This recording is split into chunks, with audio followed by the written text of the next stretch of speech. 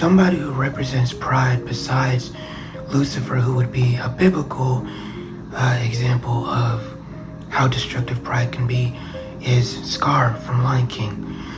You know, the one that killed his brother, tried to assassinate his nephew twice, and physically assaulted his sister-in-law, all because he wanted to be king.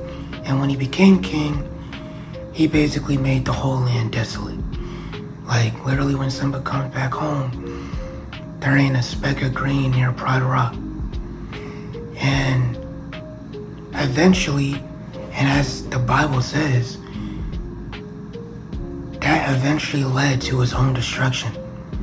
Scar was so focused on himself that he did any and everything that it took to be where he wanted. He wanted to be king, but he was envious of his brother Mufasa, who already was king.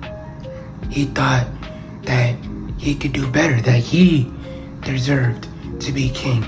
So he plotted against his own brother and to feed his own selfish desire.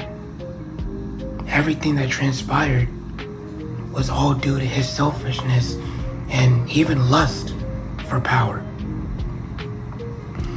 All he cared about was himself, because when he became king, like I said, the land became desolate.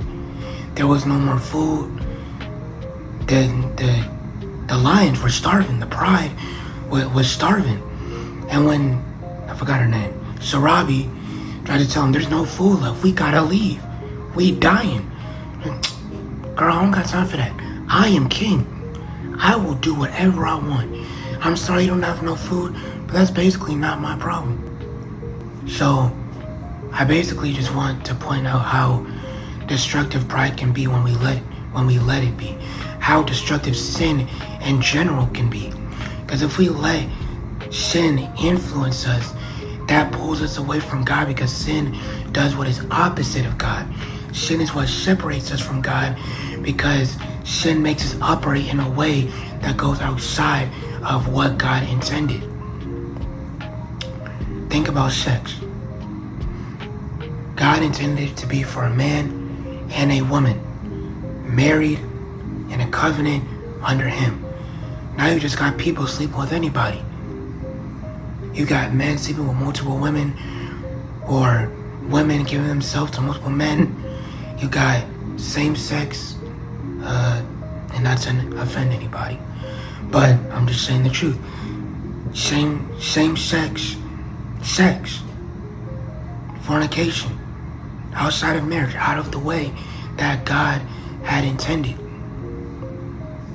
And when it comes to pride, we're supposed to be humble before God, because he made him. Everything that you are is because God made you and opened doors for you to be like that.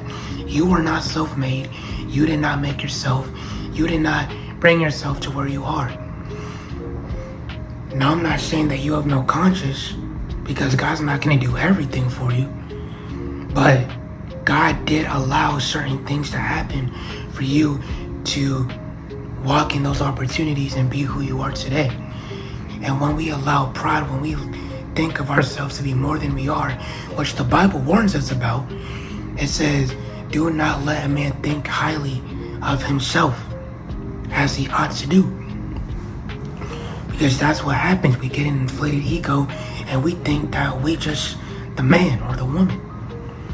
And that's exactly what happens to Scar. He becomes blinded by his own pride, his own lust, hurts any and everybody around him just to get what he wants, to fulfill his own desire. Same with Lucifer. Pride overcame him, and he's like, I can be God. Give me the throne. Give me the throne. No. Bet. War. War in heaven. The most purest place in all of existence. There was war because somebody thought of himself highly. What happened? Jesus said, I saw Lucifer fall like lightning. He lost his position as an archangel simply due to selfishness and pride. And I'm gonna word it like this. Sin is so powerful that it caused an angel to be kicked, to be removed from the presence of God.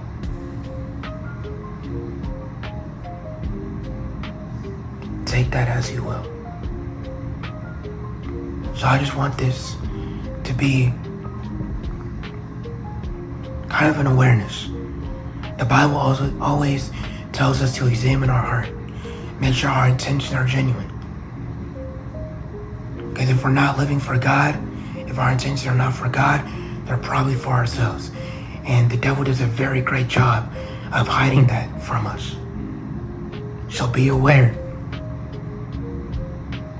And just remember, make sure and continually pray to God and say, God, if my intentions are not for building the kingdom, please help me to see that and help me to fix it. Well, that's all I got for y'all today. I hope you have the great rest of your day, night, evening, whenever you may be watching this. And until next time, God bless.